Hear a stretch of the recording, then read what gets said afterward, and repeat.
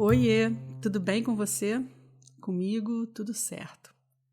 No episódio de hoje, eu quero falar sobre um tema que, inevitavelmente, toca a todos e todas nós, que é a finitude. Mas antes de qualquer coisa, eu quero fazer aqui um enquadramento que eu acho pertinente. O meu assunto aqui com você, aqui nesse podcast, nos meus projetos, no canal do YouTube, no Instagram, é vida intencional. Como é que a gente cria uma vida mais alinhada com o que faz sentido para a gente, a partir de autoconhecimento, ferramentas e métodos de organização, autocuidado e por aí vai. E aí você pode estar me perguntando, mas o que a finitude da vida tem a ver com tudo isso? E eu te respondo, tem tudo a ver. Aceitar o fim de todas as coisas coloca a gente muito mais conectada com o presente, com o agora, com o que está acontecendo nesse momento, que na verdade é a única coisa que existe na verdade e passa rapidamente a não existir mais. Isso pode ser uma frase feita, um clichê, você já deve ter ouvido falar muitas vezes disso, mas, como diz um professor meu, o óbvio precisa ser dito. O início desse episódio já não existe mais. Ou seja, tudo acaba, tudo tem um fim. Então, eu acredito muito que quando a gente aceita a vida com todos os seus fins, a gente aprende a viver de forma mais plena, mais significativa e mais suave também para nossa mente e para o nosso coração. E isso reverbera em todas as outras camadas da vida, na nossa capacidade de planejar, de escolher, de sentir tudo. A finitude é uma característica essencial da vida.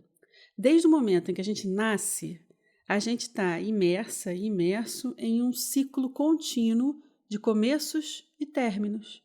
Cada fase da nossa existência é marcada por momentos de transição, sejam eles pequenos ou grandes, esperados ou inesperados. A natureza da finitude pode parecer muito assustadora à primeira vista. A ideia de que tudo, absolutamente tudo, tem um fim, incluindo a nossa própria vida, pode trazer sentimentos de ansiedade e medo muitas vezes. Mas, no entanto, quando a gente compreende a inevitabilidade destes ciclos, a gente pode começar a enxergar a beleza e a profundidade que a finitude traz para a nossa experiência de vida. Aceitar a finitude é um processo contínuo e nem sempre muito fácil e indolor. Não é algo que acontece de uma hora para outra, mas sim uma jornada, um caminho que a gente percorre ao longo da vida. Uma das maneiras mais eficazes de lidar com a finitude é através da prática da aceitação. E olha, aceitação não significa resignação ou passividade, muito pelo contrário. Significa reconhecer a realidade dos fins e encontrar maneiras de lidar com eles de forma construtiva. Isso pode envolver prática de meditação, pode envolver reflexão sobre a impermanência, a busca por um propósito maior que nos guie, ou seja, envolve sempre um caminho de autoconhecimento. Nossas relações também são marcadas pela finitude, todas elas. As amizades, relacionamentos amorosos, vínculos familiares, todos esses relacionamentos, essas relações passam por mudanças e, eventualmente, chegam a um fim. Aprender a lidar com essas perdas é uma parte fundamental do nosso crescimento emocional. Uma maneira de aceitar a finitude nas relações é valorizando cada momento que a gente passa com as pessoas que a gente ama. Ao invés de a gente se concentrar na inevitabilidade do fim, a gente pode focar na riqueza das experiências compartilhadas. A gratidão pode ser uma ferramenta poderosíssima que ajuda a gente a apreciar o presente, o agora e a lidar com a dor das despedidas. O tempo talvez seja o aspecto mais palpável da finitude. Cada segundo que passa é irrecuperável. Lembra do que eu falei? O início desse episódio já não existe mais. O que nos lembra constantemente da importância de viver plenamente o presente. Parece que eu estou assim, sempre falando da mesma coisa, né? Mas não.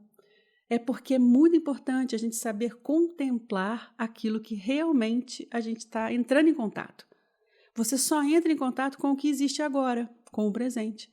Você não entra em contato com o passado nem com o futuro.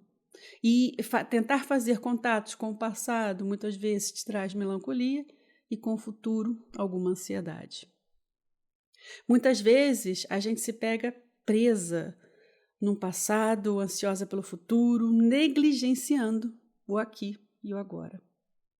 Praticar presença é uma maneira muito eficaz de lidar com a finitude do tempo. E aí você pode usar técnicas de mindfulness, de meditação ou simplesmente de silêncio, silêncio interno, sentar para ouvir a sua respiração.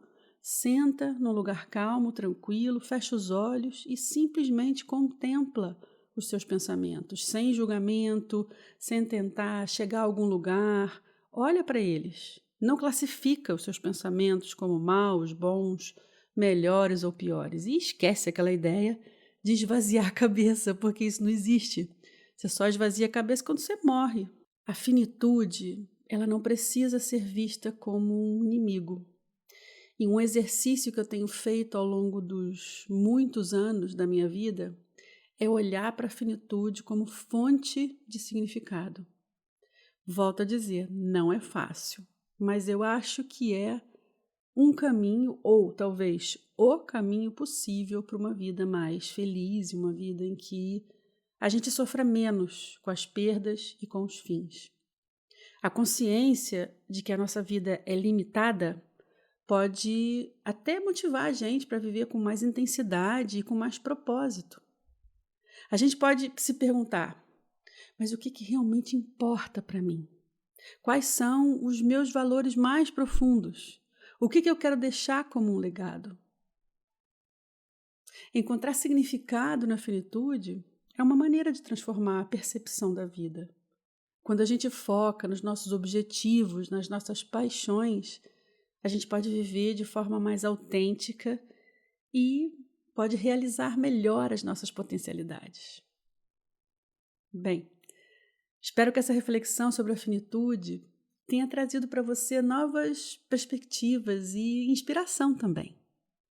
Eu sou a Cris Dantas e esse é o podcast 10 minutos de cada vez. Que não tem esse nome por acaso não, viu?